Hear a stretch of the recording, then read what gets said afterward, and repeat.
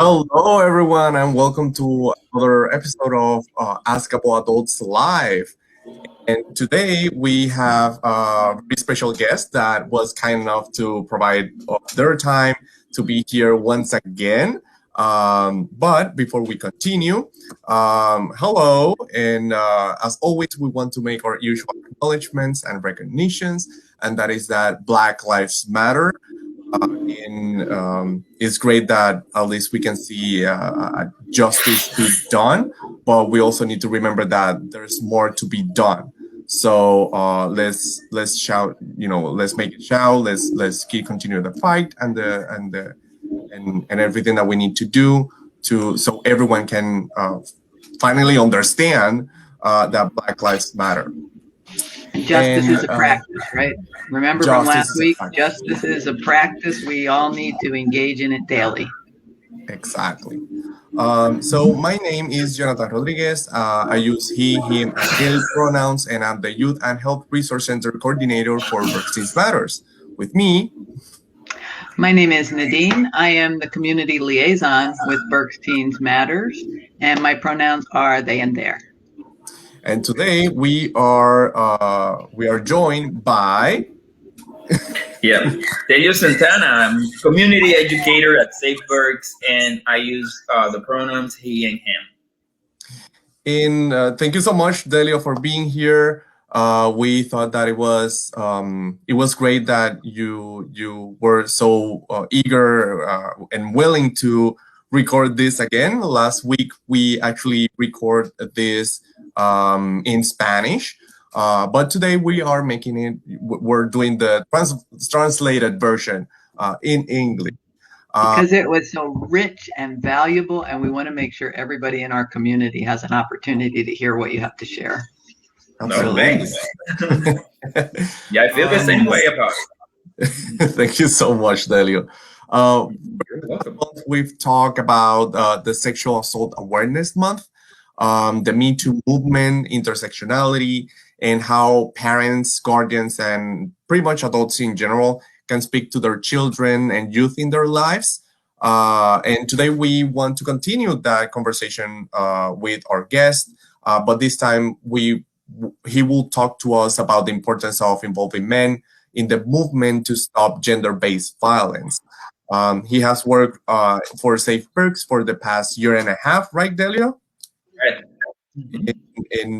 But has been an advocate for fair and equal treatment between genders for his entire lives.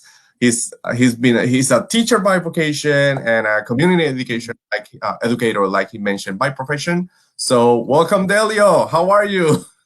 I'm doing good. Thank you. Yeah, thank you for the invitation, and I feel more than honored to be here with you today. Thank you so much. In your role, as you mentioned, is in Safe Berks is to be a community educator, right? Yes, correct. What does that entitles? Yeah. Oh, yeah. My role as a community educator is mostly to help the people in our community to prevent any type of violence, especially domestic violence and sexual assault. Awesome. And yeah, and usually we want to reach this by teaching people things like consent, the respect of limits, boundaries. Sorry, and we also teach people about the traits of a healthy relationship and the importance of communication. And yeah, that really helps. And the plan is creating a safer community for all of us. Do you teach people of all ages? Correct. Yes. That's great, because this is something that has to be done since a very young age. Because if we wait too much, then what really are we teaching, right? Yeah, it is important you mentioned that, because when we go to school, we have a curriculum that goes from pre-K to middle school, and yeah, it's based research that it's important for the kids to be exposed to this, because this ages are when they have the most in terms of emotional growth. So it's good to expose them to that, as you say, before they are too old. Excellent. So, oh yeah, go ahead. You want me to go? Yeah. As we like to make people aware, we don't just show up here and do our thing. We usually prepare a little bit ahead of time, and especially when there are guests, we like to get together with those guests beforehand to talk a bit. And so we had done that with Delio, and when we met with you, Delio, you told us that your work actually goes beyond the office. So you go out in the community as your role as an educator for Safe Berks, but in your daily life, living in the community and not, so to speak, if you hear people saying or make comments about kind of macho, you shared with us to speak up. So why do you do that when you're not in your working role, and how do you go about doing that? Good. Yeah, and I think that it's on us, the responsibility to end gender based violence, and for me and for all of us as advocates and educators, that's not something that stops the moment you close the office or you get out of the classroom. Yeah, it's a 24-hour job for all of us. And when I hear someone saying or making a sexist comment or a macho, then it can be in a family activity, or maybe it can be when I'm out with my friends, or any type of activity. I listen to that person and I show a lot of respect. And then I start the conversation saying things like, I understand that some people think that way, but that is changing. And then I focus on the good things of avoiding those type of comments and behavior. And I use examples like, this is good for all of us in the community, including our mothers, our sisters, and daughters.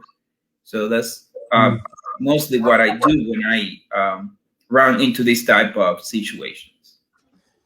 I like that aspect of like making it personal that way and helping people think about like our own families, our own connections, our mothers, our sisters, our daughters, those people that we love and care about, and how it impacts them.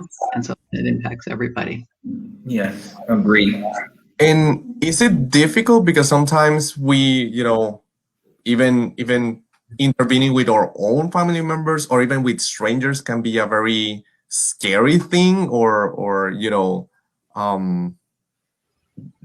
how is it difficult to Yes, it's difficult sometimes, especially when you talk to these people that seem to be 100% sure of they are doing the right thing, and sometimes that can be intimidating depending on the character of the person. But I think we need to do that, and it doesn't matter if that person,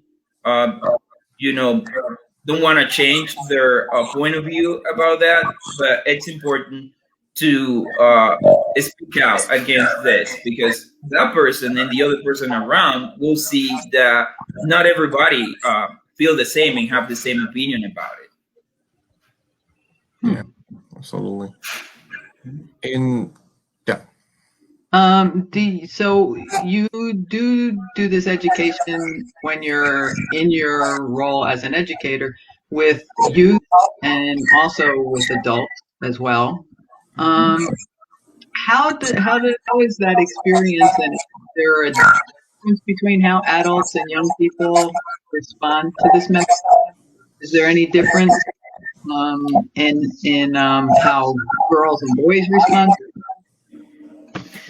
Oh yeah, in my personal experience, I see that younger people are more open and more receptive to this type of conversation, and that's understandable because they belong to a different generation that is exposed to more acceptance and tolerance.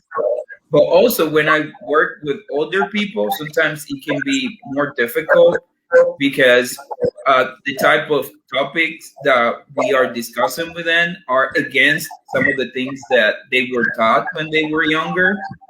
But it's also interesting that the interaction with older people, um, these older people they add some of their life experiences to the conversation, what makes Mm. that conversation interesting as well. And another thing that I noticed is that the boys are they tend to normalize violence more than the girls. And Mm, I think it's not their fault. I think it's because of the type of information they have been exposed. Like, yeah, men don't cry, and especially when they play sports, you have to be rough, you have to be this way. So that's the. I don't think it's their fault. It's yeah, what they have yeah, been exposed.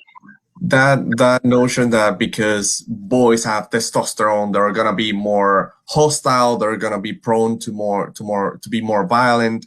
But then what happens when a boy is more sensible? Then does that makes them less of a boy, or does that makes a man less of a man? I think it's very important to have discussions about what masculinity is really, and Mm. and sometimes we kind of need to learn to unlearn what we have taught, because at the end of the day a lot of these things um might hurt us and also hurt other people around us, right? Agree. um in our work and here in this show, when it comes to sexuality in general, we are always saying that it's never too late and it's never too early to start conversations.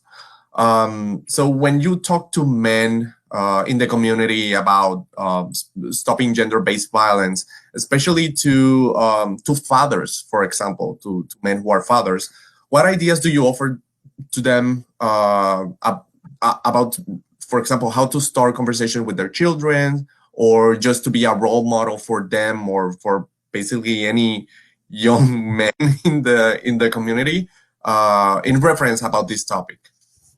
Yeah, great. What I do is that I usually suggest they prepare this um, environment when the kids feel safe and comfortable enough to talk and without any type of distractions. And since our kids spend most of the time online, I usually ask parents to start with a video or a post that they find in social media that is related to gender-based violence. And I uh, encourage them to ask their kids questions like, "What do you think of this?" Okay, and allow your kids to talk. Listen to them because we are going to learn a lot from them too. Okay, and kids nowadays they are capable of talking to any type of topic. So let them talk, and according to their response, you know where to go with that conversation. And let's say that you didn't have time to prepare that environment, but then the kids come with questions to you because they're curious, they want to know. So you shouldn't avoid the topic. You should address the topic and talk, even though the environment might not be the best, but talk to them and listen to them too. And also, yeah, as you said, we got to be role models for our kids. So if you say you're against violence, your actions need to go according to that too. So yeah, we need to bear that in mind as parents.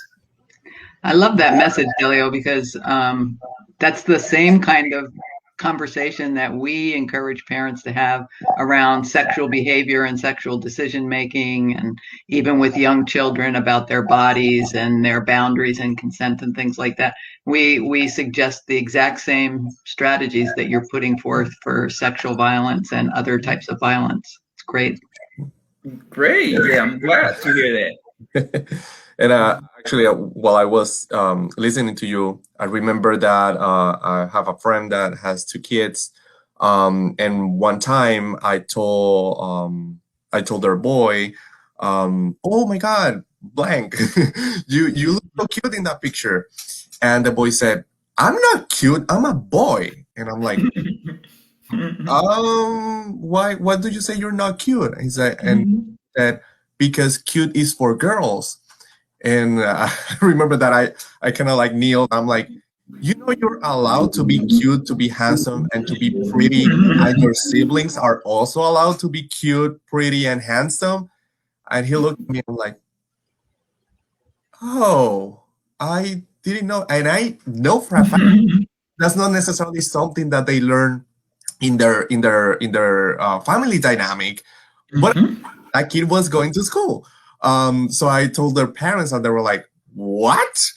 Okay, we're gonna make a note of it to address it." And how old is he when do you know how old? I think he was 6. He was 6. No, he's 7. But it was such an interesting interaction because it really took me by surprise, the fact that this kid didn't like the word cute because that was for girls. And I kind of wanted to respect that too, but at the same time I was like, you know, you're allowed to be cute, to be handsome, and to be pretty, right? You don't have to be. I don't know what will be the contrary to that. I think, yeah. that definitely happened. Yeah, it happens. But it was interesting just to have that conversation with that kid. I'm happy that that you know I got the opportunity to be that person. I was like, oh. Yeah, and I like the fact that you asked him. Yeah, you put them in. You put the person in a position where they can learn by themselves. They can think and analyze what is going on and learn from that experience. Yeah, absolutely. And well, going back to what we were talking about and our topic for today, it's very important to know that sexual violence affects all people regardless of gender identity, age, or community. However, statistically, women are at much higher risk of being victims of sexual assault. For example, 1 in 5 women in the United States have either experienced rape or attempted rape at some point of their lives. When these statistics are divided by race or between races, Black and women of color are at much more at risk. This is absolutely not saying that this is a competition. I don't think that should be taken that way. But there are certainly factors that perpetuate this violence towards different sectors of women, such as the systematic oppression that they experience based on their race and their gender. Aside from the oppression in all its ways, the traditional constructs of what masculinity is, that we touched a little bit about it, the silence of the masses on violence and abuse, and criticisms and mockery of survivors are part of the reasons why it has made the fight against gender violence so difficult. Having said that, Delio, how do you explain these types of things to men who may not be aware of it? Yeah, and we know that certain social norms and other things that people are exposed to create this idea of the macho man. So what I do in these cases is that I start this conversation with this person, and as I said before, it's a conversation. I listen to you, you listen to me, and that shows that, always showing respect. And I address this topic by asking the person questions and giving this person examples, putting them in a position when they can think. Okay, and I try to focus on that this male role that we have been taught, yeah, might be wrong, and these are what the examples and the questions are about. And yeah, usually the person start, thinking, reflecting about this situation, and they're mostly open. And sometimes we can see the change because we need to be ready to have this conversation more than once. Yeah, the behavior doesn't change just like this so quickly. So you have to be patient and be ready to have this conversation again and again. And if that person is not willing to change their point of view, that is also okay because people are entitled to their opinions and their belief. Okay, but be patient and be ready to keep on talking about the topic. Yeah, in a very respectful way. I really appreciate the way that you put that, Delio, because it's one thing to give people information, but that process of change and transforming the culture is like a long-term process. We always say when it comes to sexual health, oftentimes people say, oh, they have to have the talk or that conversation with it. And we have been emphasizing for years now that it has to be the conversations, little by little over time, because that's the way change happens and growth and development occurs. Great. Yeah, and yeah, I agree with you 100%. You have to be patient. You need to have this conversation, and sometimes this conversation might be uncomfortable, but it's our responsibility. It's something that we need to do. Yeah. And sometimes it will be uncomfortable because we also need to do some unpacking ourselves. What do we believe in? What is our direction? And we're not here to change anyone's mind. That's not necessarily the intent. But we want to stop gender-based violence and abuse. Oppression in all in all its ways. And that will come with a bunch of difficult conversations that, hey, they are necessary, so we kind of have to have them. Yeah. And sure. go ahead.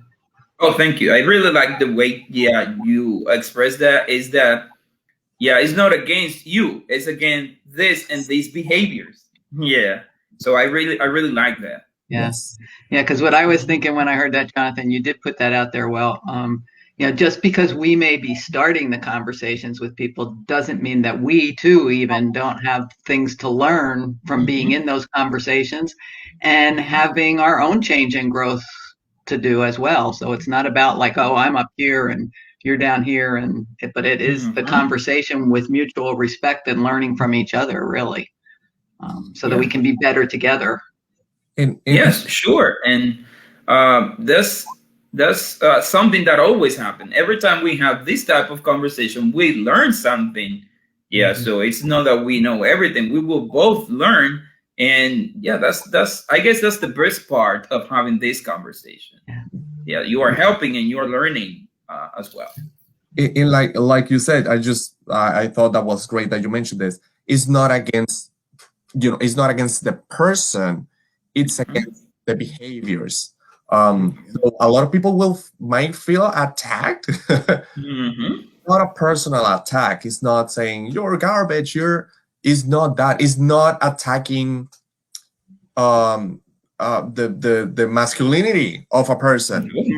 We do have an issue when that masculinity is toxic and it hurts people in general, including the person.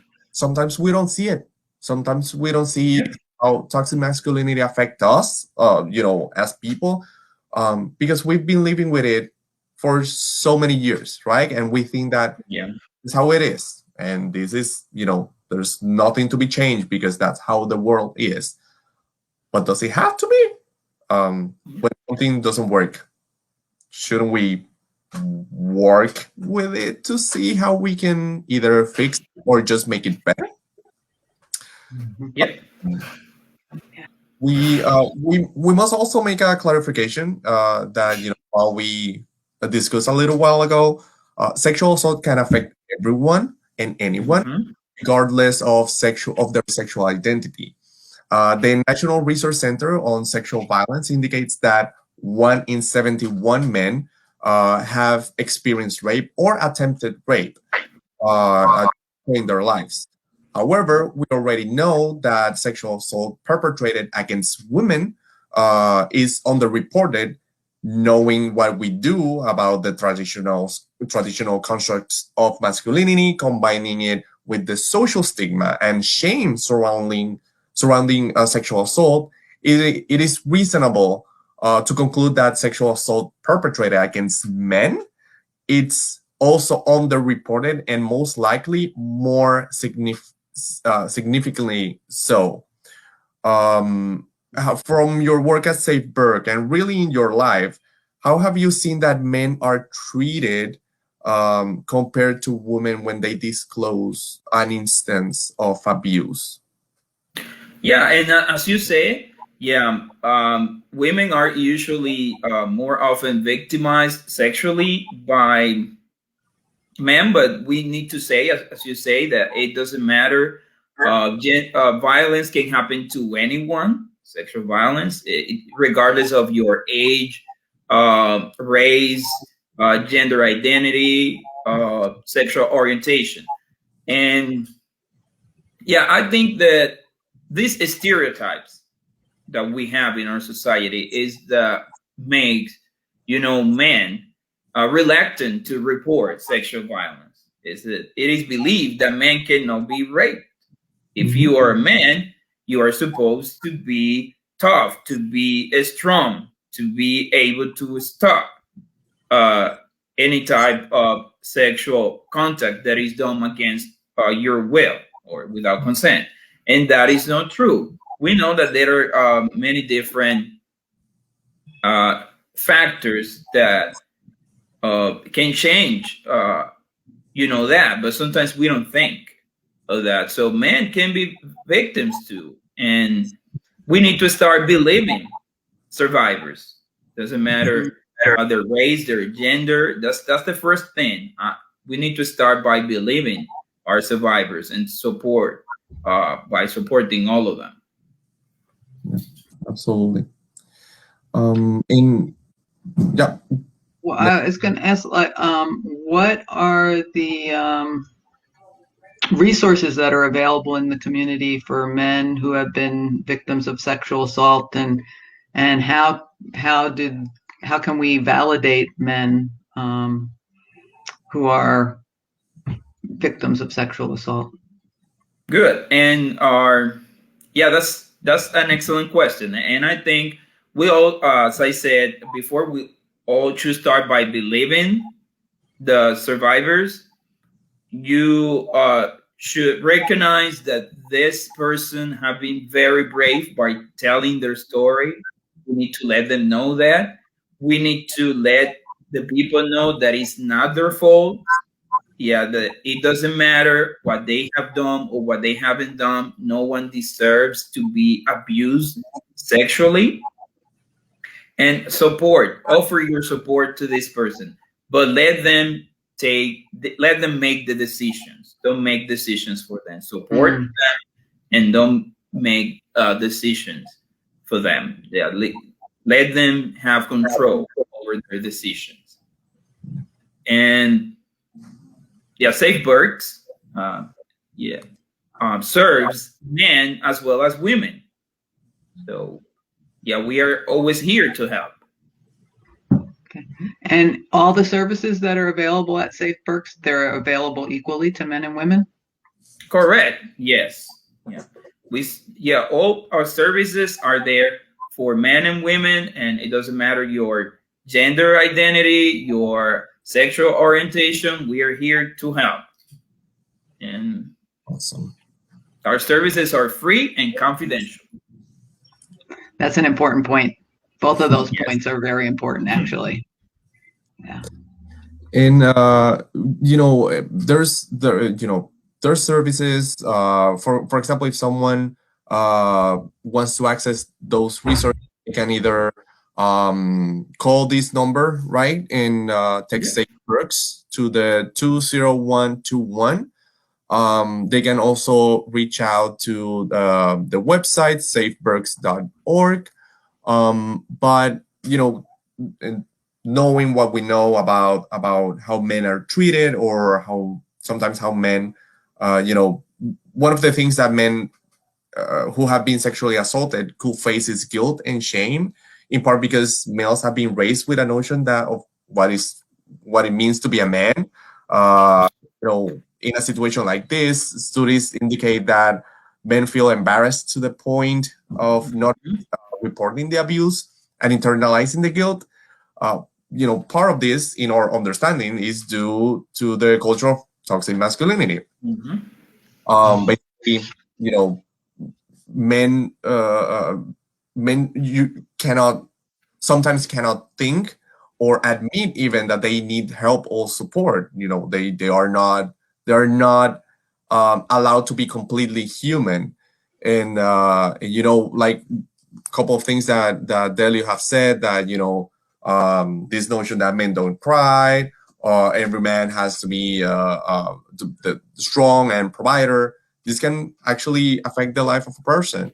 Do you think what do you think could be barriers that could prevent, or do you think this guilt or this inability to feel that they can actually reach out could be a barrier that could prevent men from seeking resources and help? Yeah, I agree. I think that I personally believe that the biggest barrier is, this stereotype that men cannot be raped, and if they are raped, it's because they allowed the person to do that to them, and we know that that's not true. Okay, and but I encourage anyone, if you or someone you know has been a victim, please reach out. There's help for you, and that's not your fault. It doesn't matter what you have done or what you haven't done, what you were wearing. We are here to help. So look for help. Thank you so much, Delio. Do you have something? I could be on here all day asking or having this conversation. What about, Delio, if there are men out there in the community who would like to be more vocal about issues around sexual assault? Because I think about the fact that, as Johnathan talked about, that toxic masculinity and the idea that men are supposed to be tough and they're supposed to be in control, and they should be able to protect themselves against things. Men don't cry, all that kind of stuff, can be pretty toxic internally and can really impact a person's ability to speak up and speak out. There might be men out there in the community who themselves were victimized at some point in their life, or who's someone close to them that was also a male was victimized, and maybe they want to see the change, but they don't know how to go about being a voice for that. Do you have any suggestions, any avenues that they could resource that they could access to be able to be a voice for change? Okay, yeah, I really think that if the person is comfortable enough, if they feel comfortable to tell the story, that will really help other people who might be going through the same situation and are not comfortable enough to talk. So share your story, and if maybe that has not happened to you, but you feel the need to talk and help our community, start by volunteering in one of the agencies. Start by attending the activities that are done virtually these days, where men can get together and voice their concerns about this toxic masculinity. and they can speak out against that too. And yeah, and I agree that there are some men that are that have a lot of influence on the society, and I encourage them to take part in this movement to help our community. Because when some people might not feel comfortable enough to talk, but when they hear a person they look up to, yeah, speaking, speaking out against this issue, yeah, they might feel that they can do that too. So we can all help here. Everybody can help. And you welcome male volunteers at Safe Berks? Sure. Yeah, sure. Awesome. We're almost finished, but Delio, tell us about Safe Berks. What are the services that are available at Safe Berks? Yeah, correct. We have our hotline that is available in English and in Spanish, and it's available 24/7. Yeah, the whole year, 365 days a year. And you can access that hotline 844-789-SAFE. That it's 844-789-7233. Or if for some reason you cannot talk, yeah, you can send us a text message with the words Safe Berks to 20121. And that text line is also available in English and in Spanish, and it's available 24/7, 365 days a year. And yeah, we have our safe house. It's the residential services for people that, because of sexual assault of domestic violence, have to leave the place where they are staying or where they are living in. Yeah, we have accommodations for them. We also have the counseling department, not only for the victims, but they're significant ones too, not only for survivors and victims.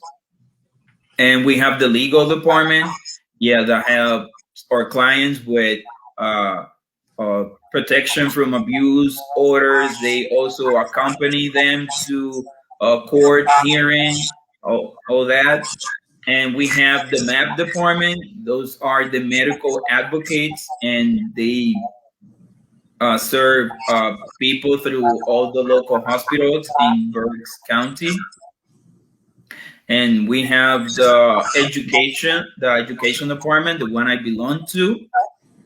And what we do is that we go to schools and many organizations and all that, and we educate people about, yeah, violence in general. And if people want to see a list of the trainings that we have available, they can go to our website, which is www.safeberks.org, and they can click on the education tab, so they will see a list of training.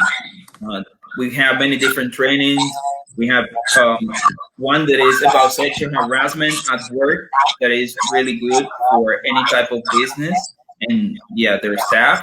And yeah, I encourage people to, yeah, visit our website and click on that tab so they can see all the different programs and trainings that we have for people. And Delio, if a person who is victim of sexual assault or domestic violence wants to apply for help, but they might not necessarily have their papers, or they are concerned about their immigration status, could they still apply? Yeah, sure. Yeah, sure. We